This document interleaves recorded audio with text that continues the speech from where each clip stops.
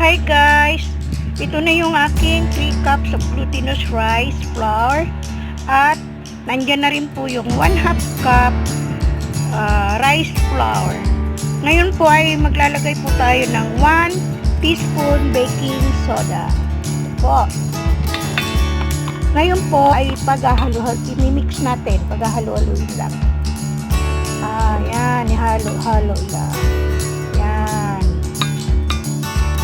Guys, ito naman yung 3/4 cup sugar. Maglalagay po tayo ng 1 1/4 na tubig na mainit. Ayan, ganyan. At 1 teaspoon vanilla. Ayan, pwede natin ihalo-halo. Ito yung ilalagay natin sa glutinous, sa flour.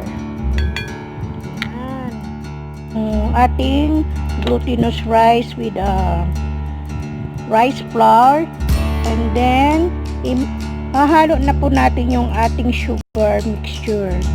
Yung pong hinalo natin na warm water para po yung glutinous ay maluto po ng half.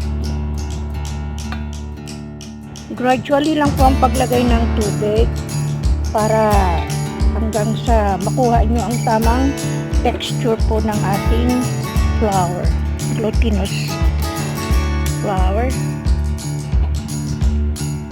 Yung ginawa nating dough ng buchi. Maya ay gagawa na tayo. Rest for 10 minutes.